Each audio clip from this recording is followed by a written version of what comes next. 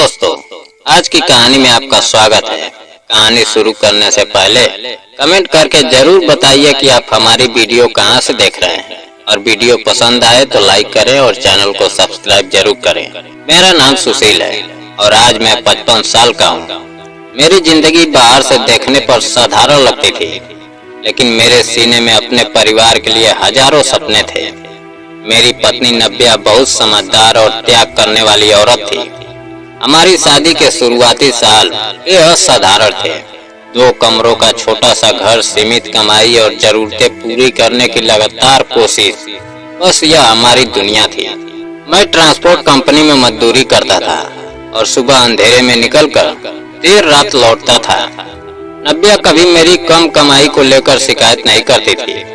वह हमेशा कहती थी कि घर छोटा हो सकता है, लेकिन अगर परिवार साथ हो तो जिंदगी बड़ी खूबसूरत होती है।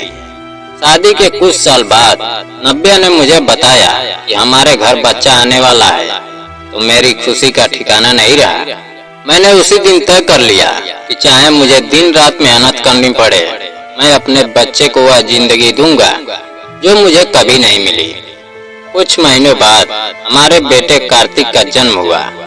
उसे पहली बार गोद में लेते ही मुझे लगा कि मेरी पूरी दुनिया बदल गई है। उसकी छोटी उंगली मेरी उंगली से लिपटी तो मैंने मन ही मन कसम खाई कि उसके हर सपने को पूरा करूंगा। कुछ साल बाद हमारा दूसरा बेटा अच्छे भी इस दुनिया में आया। अब हमारा छोटा सा घर 2 बच्चों की हंसी से भर गया था। पैसे कम थे, लेकिन खुशियां बहुत थी। मैं बच्चों के लिए छोटी छोटी चीजें खरीद कर लाता और उनके चेहरों की चमक देखकर अपनी सारी थकान भूल जाता। जैसे जैसे दोनों बड़े हुए, उनकी पढ़ाई का खर्च बढ़ने लगा। एक बार स्कूल की फीस भरने के लिए पैसे कम पड़ गए तो नब्या ने अपनी शादी की चूड़ियां मेरे हाथों में रख दी। मैंने मना किया, लेकिन उसने कहा कि गहने दोबारा खरीदे जा सकते हैं, बच्चों का भविष्य दोबारा नहीं बनाया जा सकता।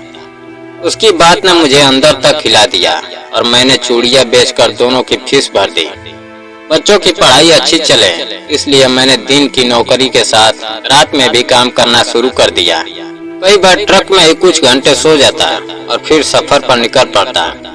जब बच्चों ने कंप्यूटर की मांग की तो मैंने अपनी जरूरतें रोककर उनके लिए कंप्यूटर खरीद दिया।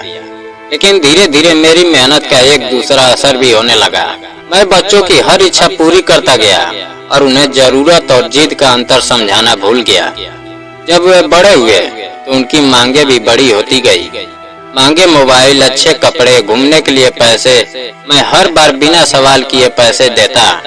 इसी बीच मुझे लंबे रूट पर ड्राइवर की नौकरी मिल गई। कमाई 3 गुना थी, लेकिन कई हफ्तों तक घर से दूर रहना पड़ता था। मैंने बच्चों के भविष्य के लिए यह दूरी भी स्वीकार कर ली। अब मेरी जिंदगी सड़कों पर गुजरने लगी। मैं हजारों किलोमीटर ट्रक चलाता, बारिश और धूप सहता और हर सफर के बाद बच्चों के लिए कुछ न कुछ लेकर घर लौटता था। मगर धीरे धीरे बच्चों का प्यार भी बदलने लगा। पहले वे मेरे लौटने का इंतजार करते थे, बाद में बैग खोलकर देखने लगे कि मैं उनके लिए क्या लाया हूँ। एक दिन 20 दिन बाद घर लौटा तो कार्तिक ने मेरा हाल पूछने के बजाय सीधे मेरा बैग खोल दिया। उस पर मुझे दुख हुआ, लेकिन मैंने खुद को समझाया कि बच्चे बड़े हो रहे हैं। समय बीतता गया और दोनों बेटे नौकरी करने लगे। उनकी पहली तनख्वाह मिलने पर मैं खुशी से रो पड़ा, लेकिन जब मैंने उन्हें फोन किया तो दोनों जल्दी में थे। मुझे लगा शायद जिंदगी की व्यस्तता है। फिर दोनों की शादियां हुई और मैंने अपनी सामर्थ्य से कहीं ज्यादा खर्च किया। मुझे लगता था कि बच्चों की खुशी ही मेरी असली दौलत है। शादी के बाद भी उनकी जरूरतें खत्म नहीं हुई। कार्तिक ने नई कार के लिए पैसे मांगे तो मैंने अपनी बचत दे दी। अक्षय ने घर खरीदने के लिए रकम मांगी तो मैंने अपनी एफडी तक तुड़वा दी। नब्या बार बार कहती कि बुढ़ापे के लिए कुछ बचा लो, लेकिन मैं हर बार यही कहता कि आखिर यह सब बच्चों के ही तो काम आएगा। इसी बीच मेरी उम्र बढ़ती गई और शरीर कमजोर होने लगा। डॉक्टर ने लंबी ड्राइविंग से मना किया। एक दिन सफर के दौरान मुझे चक्कर आया और अस्पताल पहुंचना पड़ा। तब मैंने तय किया कि अब नौकरी छोड़ दूंगा। जब मैंने यह बात बेटों को बताई तो मुझे उम्मीद थी कि वे कहेंगे, पापा अब आप आराम कीजिए, हम संभाल लेंगे। लेकिन कार्तिक ने कहा कि अभी घर का लोन और कार की किस्तें चल रही हैं, आप काम कैसे छोड़ सकते हैं। अक्षय ने भी कहा बस कुछ साल और मेहनत कर लीजिए। उस दिन मेरे दिल में कुछ टूट गया। मैंने पहली बार समझा कि जिन बच्चों के लिए मैंने अपनी जवानी खत्म कर दी, उनके लिए मेरी सेहत से ज्यादा जरूरी मेरी कमाई थी। फिर भी मैं कुछ साल और काम करता रहा। आखिर एक दिन मेरी हालत इतनी खराब हो गई कि मुझे अस्पताल में भर्ती होना पड़ा। उसी समय मैंने फैसला किया कि अब अपनी जिंदगी दूसरों की उम्मीदों के हिसाब से नहीं, अपने तरीके से जीऊंगा। मैंने नौकरी छोड़ दी और अपने पुराने मालिक की मदद से छोटा सा ट्रांसपोर्ट कारोबार शुरू किया। मेरी ईमानदारी और वर्षों का अनुभव काम आया। एक ट्रक से शुरू हुआ कारोबार धीरे धीरे कई ट्रकों तक पहुंच गया। कुछ ही वर्षों में मैं आर्थिक रूप से पहले से कहीं ज्यादा मजबूत हो गया। मैंने नव्या के साथ एक बड़ा घर खरीदा और पहली बार महसूस किया कि जिंदगी सिर्फ बच्चों की जरूरतें पूरी करने का नाम नहीं है। जब बेटों को मेरी सफलता का पता चला तो दोनों वापस मेरे करीब आने लगे। उन्होंने माफी मांगी और मैंने उन्हें माफ कर दिया। मुझे लगा शायद अब उन्हें रिश्तों की कीमत समझ आ गई है। लेकिन कुछ महीनों बाद कार्तिक ने कंपनी में अपना हिस्सा मांग लिया और अक्षय ने घर अपने नाम करने की बात कर दी। उस दिन मुझे साफ समझ आ गया कि उन्हें मेरा प्यार नहीं, मेरी संपत्ति चाहिए।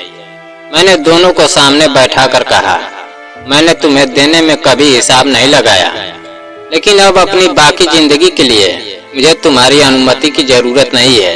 जिस पिता ने तुम्हारे बचपन में अपनी नींद, आराम और खुशियाँ कुर्बान कर दी, उसे बुढ़ापे में सिर्फ पैसे कमाने वाली मशीन समझना तुम्हारी सबसे बड़ी भूल थी। मैंने उन्हें कहा कि मैं तुम्हें विरासत से नहीं, अपनी मेहनत से जिंदगी बनाना सिखाऊंगा। अगर कभी तुम्हें अपने पिता की याद आए तो मेरी दौलत के लिए नहीं, मेरे साथ बिताए उन दिनों के लिए आना। दोनों बेटे चुप थे। नव्या मेरे पास खड़ी थी और उसकी आंखों में आंसू थे। उस दिन पहली बार मुझे लगा कि मैंने बच्चों को सब कुछ दिया, लेकिन शायद सबसे जरूरी चीज समय और जिम्मेदारी की समझ देना भूल गया। अब मैं और नव्या अपनी जिंदगी सुकून से जीते हैं। मैंने बच्चों से रिश्ता पूरी तरह खत्म नहीं किया, लेकिन अपनी संपत्ति और अपने आत्मसम्मान की सीमा जरूर तय कर दी। आज मैं सिर्फ इतना कहना चाहता हूँ कि माता पिता की कुर्बानी को उनकी कमजोरी मत समझिए। जिस हाथ ने बचपन में आपको पकड़कर चलना सिखाया, वही हाथ बुढ़ापे में आपके सहारे का इंतजार करता है। पैसे कमाना जरूरी है, लेकिन रिश्तों को पैसे से मत तौलना, क्योंकि संपत्ति दोबारा बनाई जा सकती है, मगर माँ बाप के साथ बिताया हुआ समय वापस नहीं आता। अगर आपके माता पिता आपके साथ हैं तो आज ही उनसे प्यार से बात कीजिए, उनके पास बैठिए और उन्हें महसूस कराइए कि उनकी जिंदगी की सारी कुर्बानियां बेकार नहीं गई हैं। यही एक औलाद की सबसे बड़ी पहचान है। दोस्तों, अगर कहानी पसंद आई हो तो वीडियो को लाइक और चैनल को सब्सक्राइब करना ना भूलें। जय हिंद।